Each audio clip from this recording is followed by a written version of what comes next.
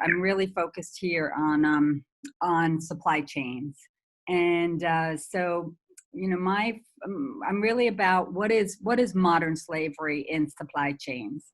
Really, what we're talking about is forced labor, which is work against one's will or threat of punishment; bonded labor, where we cannot leave because they are bonded or indebted, meaning they are owing money, much beyond usually what they're making; indentured labor, where agencies or brokers put them in debt with no pay; and then finally, child labor is another form of modern slavery in our supply chains. And so, as you can see in this, it's really when the person has lost their sense of free will. And the numbers are pretty graphic. I mean, as you can see from the numbers, that there are 40 million people that are victims of modern slavery. We sort of toss around numbers that are sort of along the lines of 25 million in supply chains. What do we mean by supply chains? It means the things that we're building, the products that we're making. As you can see, women and girls account for the larger part of that as well. And then that doesn't even include really child labor. This shows you, again, different and new numbers. They're changing all the time. We believe they're highly, highly undercounting and underrepresented. But you'll see this type of thing in contract workers, seasonal workers. Migration really is one of the number one root causes of making people vulnerable. And I'll talk about vulnerability. One is, you look at people and you'll see what some of the signs are: their physical appearance, that they feel or seem isolated. Very frequently, they're not speaking the language of where they are. There are poor living conditions. They have few or no personal effects. They can't move. I've had workers, managers say they can only go to the commissary for 15 minutes a day. And I say, why is that? And this is in Malaysia. And they'll say, well, because it's social problem will exist. And social problem, they'll get married and have children, and they'll burden our legal and educational and housing systems. And so they're putting them in cells if they get pregnant. They have unusual travel times. They may be picked up by vans, and they're coming and going at different times, so they're not seen.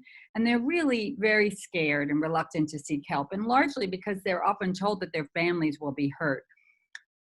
So the most common forms of labor exploitation, by far, agricultural, mining, fishing. Sweatshop is all kinds of factories, but certainly ones that we even know: domestic slaves and child slaves as well. So this is what it looks like. I worked extensively for 13 years. I was with Hewlett Packard, and I helped to put together an electronic sector set of standards and reporting methods. And this is the kind of going straight from all the way mining in the DRC, where there are child laborers, to this is in China, all through Southeast Asia. We have sometimes 50, 60,000 workers at a factory. And then you can see even at the plastics level, you've got all kinds of workers there, burning, cleaning. One of the places we see a lot of child labor and forced labor is in brick kilns. So when you're building that house, really, people, this is when you're doing everyday things. You've got your cell phone, your laptop, your house, your furniture, your clothing. It's all being built by some kind of labor that often is not totally voluntary, particularly as you get down into the chains, but often high up too. So here's the agencies and the laws that we've got in place. More recently, the UK passed the Modern Slavery Act. That's one of the more stringent, but we're seeing in France and Australia and the Netherlands new legislation. But largely what we really find is with corruption and bribery and lack of enforcement, this isn't really that handled. More recently, we've seen a lot of xenophobia and some fear. So much of what we have is made in China, but we're now seeing some real othering taking place, which is quite unfortunate, because these are long relationships that have been built. And if we're going to fix these things, we need to partner with these entities. So when we look at modern slavery in Asia, you can see some of the numbers. You can see some of the countries on this slide. You've got, laptops, fishing, coal, apparel, and sugarcane are your largest commodities. You see that we have even internships that are sort of forced or compulsory internships. I've dealt a lot with this in China, where it's like students that are absolutely required to be in a factory. And then we've got that Uyghurs that have been discussed here. This is really unacceptable. We're finding this is in the apparel sector. You can see a hairpiece down on the bottom right. These Muslims have been brought to detention camps. They are being forced to learn Mandarin, learn communist ideology. So it's really a nationalism thing. And yet they're working. This area of the Xinjiang province is one of the largest cotton growing areas in China.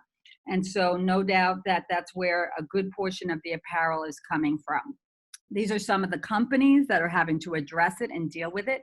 We did deal with this in Uzbekistan a few years back, and we actually really saw some progress there. You know, we went from millions of workers that were mandated by the state to just under 100,000 now, and we're even working on that 100,000. So it does work when we as the companies put pressure on the state and on the countries. So this is, you know, where that sort of nationalization and that re-education is happening. You see the plant up on the top right. You see the workers coming from different countries. You will have these slides. So I will not spend time. COVID has made some of this quite a bit worse because now, you know, we're in this urgency, and the deadlines are quite intense right now, and especially for things like rubber gloves and masks, which we all know are coming from China. So I'll really just conclude by, you know, giving you a sense of what kinds of things we do around modern slavery. We do need to see harsher punishment. You know, we need to see real enforcement taking place. We need to educate people so that they're not so vulnerable and they're not brainwashed. We need to work with our female and women and children populations. We need to be on the ground. We cannot do this kind of thing virtually. We need to walk supply chains. We need to see it in action. There is no replacement or substitution for that.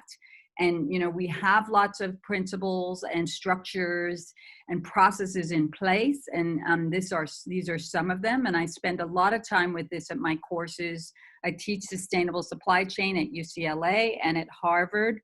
And I encourage any and all of you you can join it very easily. It's with the extensions. And I hope to see many of you there. It's an exciting course where I take you through commodities right from extraction all the way to the end. We've got some references here. And again, you're more than welcome to call me, email me, go to my site, reach out, LinkedIn, Facebook. I really am very passionate about this topic and very committed to it.